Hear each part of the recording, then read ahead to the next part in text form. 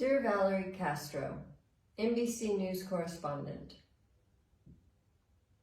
please find the answers to the questions that you had asked in your email.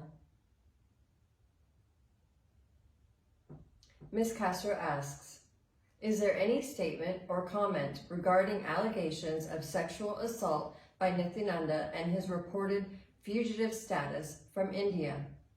Ms. Castro, this case is absolutely false. Many prominent human rights advocates have given independent reports and legal opinions attesting this. Among them is world-renowned Queen's Counsel from UK, Mr. Jeffrey Robertson, who says in this report about the persecution, quote, "It arises more generally from the demonization of the leader and guru by the media and state government officials as a result of false sexual abuse charges first leveled against him in 2010 and pursued in a manner that amounts to an abuse of process," unquote. He further adds that, quote, "The state of the prosecution evidenced in both cases is weak, and it is reasonably likely that he will be eventually acquitted. It is particularly concerning that the central government is urging states to encourage police action against him, which is marks of persecution and reprisal for his complaints to the UN," unquote.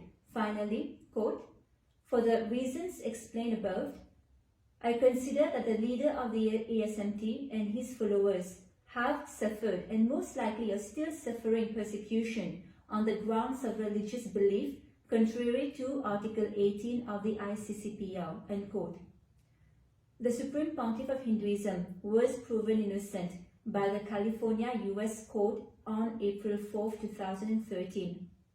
The court ruled in favor of the Supreme Pontiff of Hinduism and fined the forced victims nearly $500,000 in fine. This is also recognized by Mr. Jeffrey Robertson QC, stating, quote, "Both A and B's claims against PN were dismissed in U.S. cases with cost, and in A's case with damages. Further evidence emerged in the U.S. proceedings to show that the allegations were false," unquote. Mr. Robertson says in his report that, quote, "He did not jump bail, but was out on bail when he left India, and he was entitled to do. And he has remained abroad in order to seek asylum because he claims a well-founded fear of persecution," unquote. The Supreme Pontiff of Hinduism is not a fugitive, but a persecuted individual whose basic rights were denied. The passport authorities did not renew his passport even after the Indian court ordered them to do so. Further, innumerable attempts were made on the life of the Supreme Pontiff of Hinduism. For all these reasons, he was moved to a safe place by his disciples and followers. Interpol has rejected any request to issue any notices for him based on evidence that was presented to them. Ms. Castro further asks, where is the United States of KAILASA located? Where is its capital or headquarters? Ms. Castro, we are a revival of the ancient enlightened Hindu civilizational nation operating through a group of NGOs in multiple countries across the world. It was established much in the spirit of a country like the Sovereign Order of Malta, a borderless, service-oriented nation. Its vision is living enlightenment for all, leading to global peace, irrespective of any external differences including gender, race, nationality, color, caste, creed, etc. It is established on the principle of oneness, or Advaita in Sanskrit. Next question, Ms. Castro asks, is there any statement or response to allegations that the Sister City Agreement with Newark, New Jersey was fraudulent? We have not frauded anyone.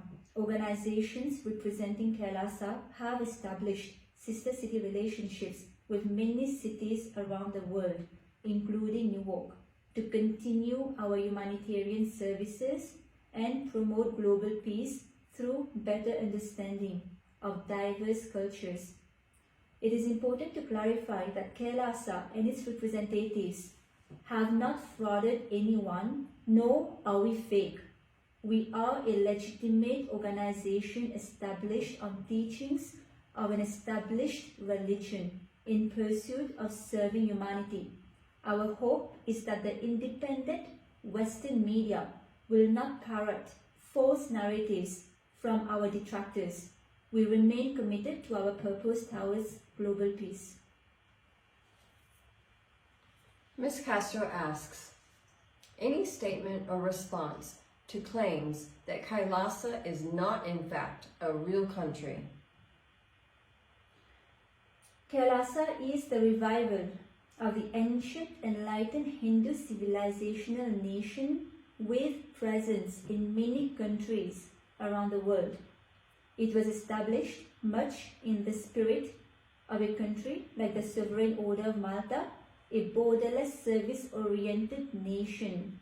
We operate in multiple countries through NGOs around the world where we offer free food, yoga and meditation, and self-empowerment classes apart from religious services.